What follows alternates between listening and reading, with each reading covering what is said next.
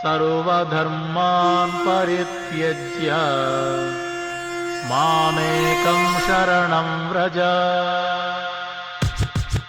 The miseries of material existence and the most hopeless conditions of life is the best possible opportunity to turn to God. You're listening to Bare Knuckle Bhakti Shorties on the Bhakti Recovery Podcast with Jiva G, coming at you every Monday with a little spiritual something. Haribol! Good morning. Good afternoon. Good all of that. Good. It's almost Christmas, guys. Tomorrow. Well, tomorrow for Germany. Day after tomorrow for the States and whoever else celebrates on the 25th. Happy holidays. Merry Chrysler. Merry Christmas. Sorry, guys. Too much social media. So, speaking of social media, speaking of distractions, speaking of rabbit holes, this is what I'm going to talk about today. Now, I'm coming out of the closet here, guys. Bear with me. So, it's been very interesting committing to my rounds every morning. And it's been very interesting sort of observing myself while chanting, observing my mind. And if I wasn't somewhat practiced in this, I would be super discouraged. And there's always the potential there to be discouraged. Because the moment Hare Krishna, Krishna Krishna, Hare Hare, Hare Rama, Rama Rama, Hare Hare comes out of my mouth, not but a millisecond after Hare, my brain starts. My brain starts, and it is everywhere. It is a whole kindergarten with candy in a candy store with no parents around. That's what it's like. That's how disturbed my mind is and how crazy it is. And it's actually almost shocking if you're really observing and you're literally just observing and watching it without judgment, just watching it. It's like I said, at any other time, I would be super discouraged. However, I did get Hare out without one thought. Hare! And that's the start. That's the start. Some days it's better. It's never good, but some days it's better. And I don't even want to, actually, let me erase the word good. It's never undisturbed, but sometimes less disturbed than other times. And I don't really know where the road is going. I don't know if I'm going to be a good, an undistracted chanter or a distracted chanter for the rest of my life. But what I do know is that I've made the decision to trust the process. And I think for me, that is the most important thing. I've made a decision to trust the process. I haven't made a decision to chant 16 rounds yet. I have made a decision to chant my minimum rounds, which are 4. It usually is about 4 to 6 rounds a day. That's where I'm at this year. Last year it was 2 rounds. The year before that it was 16 rounds. It fluctuates. So before I make a commitment, I need to be practiced, and I need to practice that decision that I've made. You know, getting initiated into the Sampradaya, I take very, very seriously. I spent a lot of years trying to figure out how I can get initiated without having to chant my 16 rounds. It's ridiculous. Today I know when I commit to the process, my distractions, the possibility of my distractions becoming less are high. They almost become probabilities. So, continuing doing what I'm doing is really important. And I thank you, Kastuba. I'm going to give you a shout out. Not that you ever listen to my podcast, but thank you for centering me in that way. I'm also really sort of observing. And this is sort of maybe some of the first times in my life that I observe what's going on within myself without reacting. And I'm also observing I wouldn't say grappling, I can't say that, but I would say, and I wouldn't even say struggles, I would just say how do I say it? I guess the puzzle, putting together the pieces of the puzzle of what it means to be a Gaudiya Vaishnav. And not only what it means, how do I get there? And what am I willing to trust? How am I willing to trust this process? The funny thing is when I got into the program, I didn't have a doubt at all. Well, actually, let me wind back on that. That's not true. When I first got in the program, because I wasn't willing to surrender to the disease of my addiction, I couldn't get the program. I didn't understand the program. I didn't understand how a meeting and having association and fellowship could help me in any way whatsoever, except for maybe just a small part of, yeah, you understand. And that's it.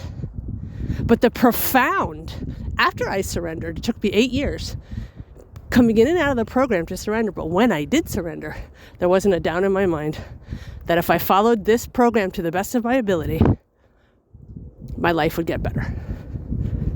Not only would I quit drinking and drugging, I would also be free from the bondage of my addiction. And I would come to know a life better than I've ever known in my entire life. Free from the bondage of the false self. And I believe that wholeheartedly. And I walked that walk. And I did everything I was told without a question, with 100% belief that this will work. And it did. And so I find myself in Krishna consciousness, not having that 100% Überzeugung in German, which means convinced, or I wouldn't say convinced, that's the wrong word as well. I don't trust. I don't know if I trust the process. And you know why? It's because maybe I'm not completely schooled on it, or that I'm not completely surrendered, right? And it's probably both. I need to spend a couple more years growing in this business of Krishna consciousness. I need to spend a couple more years of chanting. I need to spend a couple more, fact is, I've been in it, 8 years? 7 years? Since 2017? I don't know. How many years is that? 17? 7 years. And there are moments where I think, I got it now. And then it goes away real quick. Because I'm right back into being distracted. When will I fully surrender? When? When will I fully surrender? It is so important. It is the lifeline of my spiritual life. There is no other lifeline. So what is it that I do? I stay in contact with other devotees. I believe at least that another devotee is completely convinced, and I watch what they did in order to get there, and I imitate them. You know, my choices aren't really that vast.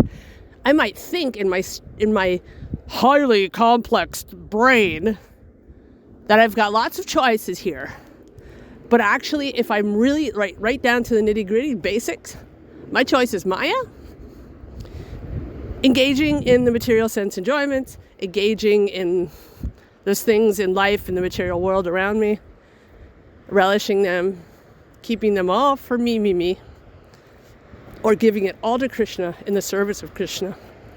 Those are my two choices in my life for me. I'm not telling it for you. You guys have to decide what it is that you want to do with your life and your spiritual path, but that's mine. And I want to get there. I want to be able to do that. I'm sorry if it's getting loud. I'm by a bunch of waterfalls. So, being steadfast. And what can I do? What can I do to have more faith? You know, I have to let go of my control issues. I'm controlling. And the reason why I'm controlling is because I'm terrified of being hurt. I'm terrified of being vulnerable. I don't want to be vulnerable. I don't want to trust somebody in this process and have them disappoint me, hurt me. I don't want to be gentle, because the gentle and the meek shall get stepped on in this material world. I'm not saying that this is what I think. These are my thoughts. Subconsciously. I have a fear of letting go. I have a fear of letting go those walls that I've built so high to keep you out.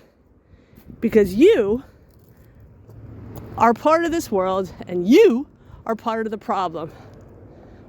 And what I fail to know and what I fail to recognize is I am the problem. It's me. It's my perceptions, how I receive things.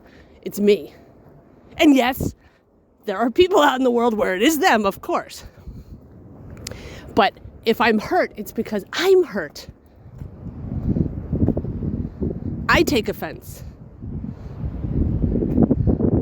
I've somehow been conditioned, whether it's conscious or unconscious, in this world, in this life or last, that being vulnerable and being open and trusting another human being does nothing but hurt me, which is so far from the truth. Letting go of that control, surrendering myself. Because if I really did have faith in Krishna 100%, then every person who comes into my life or hurts me or doesn't hurt me or I'm open to or not open to, every single person is Krishna's will for me. I just need the power to carry that out. It's so clear, yet so far away. It's clear, but I'm in a glass. I'm behind a glass. I'm under a glass like a bug, trying to be able to see, but not trying to get there. Trying to get there, but can't get there. Man. Sometimes it's like the answer's there. What do they say about, I never even really liked this analogy, but it's a great analogy. You got honey in a jar. You can see the honey. You can even imagine what the honey tastes like. But until you really open that jar and spoon out that honey and taste that honey, you're not going to really know what that is. You can only speculate. And I know this for a fact. If I don't give up control, thinking that I'm the controller, that I'm protecting, if I don't give up those traits, those character traits of mine, if those aren't given up, I will never be able to surrender. This is the truth.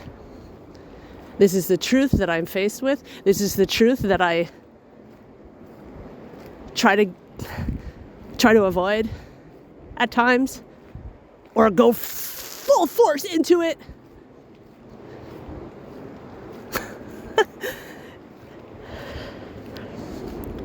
You know,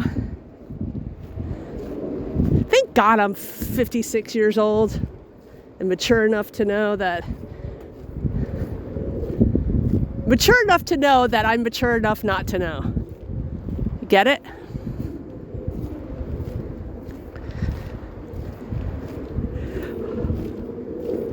I think my whole life is trying to figure out how my heart can be completely open up to the love of God,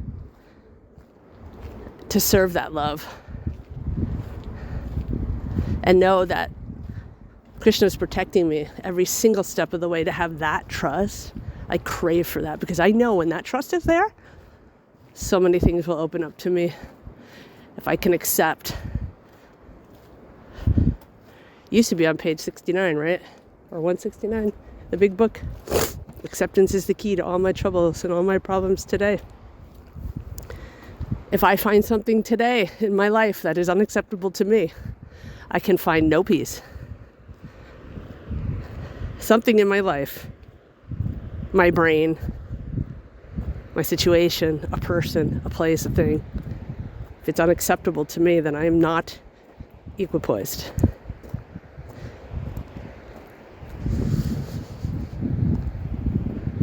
So that's where I'm at, guys. That's the God honest truth. And I search for people who are like-minded. I hang on to the people who have walked this path longer and more efficient than I. And that's the direction I'm going. And everything in between. I'm watching the river now. You might be able to hear it in the background. But I'm watching the river now. There's like this, it's not really a waterfall, but it's like where all rocks are collected and the water goes hard through those rocks. So it makes a waterfall sound. And I see how those rocks, they're just standing there and the water is flowing. And it's so symbolic of how stubborn I am, because that water is like God's love for me, and I'm just standing there. At some point, those rocks will also get turned into sand. They are fallible as I am. And I can only pray and hope and do what I can do to better myself, so that if I am, and I believe I am, going to be reincarnated again, that my life will be less disturbing to me. And I just wanted to finish up with one thing. Life is not just disturbing. There's also so many beautiful things that happen in life. And I don't want to paint everything black here. And finding that mix, finding that perfect flow, being a raft on the water of God. Oh my God. Anyway, I love you guys. And I think, I'm not sure, but I think next week I'll be already in India. So either you'll be hearing from me from India or on this walk. I can't do math. The 3rd of January I'm flying. So after that you'll be hearing from me from India. I also want to say one more thing. Our fundraising for the Bhakti Recovery Group becoming a nonprofit organization has ended. It ended yesterday. And we raised enough money for the legal costs of becoming that NPO, nonprofit organization, which is 32 people have donated. And I thank each and every one of you who've donated. And I will be doing another fundraising, this time not on PayPal, because I don't think everybody had a good time with the PayPal. So I will be doing it on a GoFundMe or something similar. If anyone has any tips of what's a good fundraising portal, I don't know what you call it in English, let me know and I'll use it. I wish you all a very happy holiday. I wish you all peace, the willingness to surrender, and the steadfastness to practice what it takes to get there. And we'll talk soon. Haribol, Hare Krishna. Thanks for listening. I hope you liked the Monday Shorties. Don't forget to check out our full-length episodes on Thursdays. If you like what you heard, spread the word. सर्वधर्मान् परित्यज्य मामेकं शरणं Vraj. The miseries of material existence and the most hopeless conditions of life is the best possible opportunity to turn to God.